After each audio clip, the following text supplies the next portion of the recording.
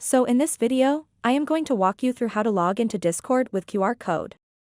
So if you are trying to log into Discord from your desktop or laptop and you don't want to go through the annoying verification process, you can simply scan the QR code to log in easily. So if you don't know how to do it, then watch this video until the end and you will know how.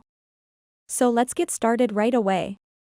So what you want to do first is go over to the Discord login page on your desktop or laptop, and then you will see an option to log in with a QR code. So in order to scan this QR code, open up your Discord app on your phone. And then tap on these three lines at the top left of the screen. And then tap on your profile icon at the bottom right. And then scroll down a little bit. So, as you can see, there is an option to scan a QR code.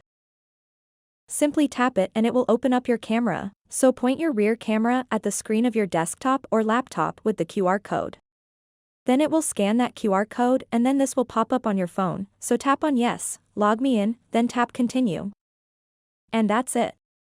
You are now logged into Discord from your desktop or laptop. I hope you found this video useful. If you did, please give this video a big thumbs up and subscribe to this channel for more step-by-step videos like this. And if you have any questions about this whole process, please let me know in the comments section below. Thanks so much for watching and have a good day.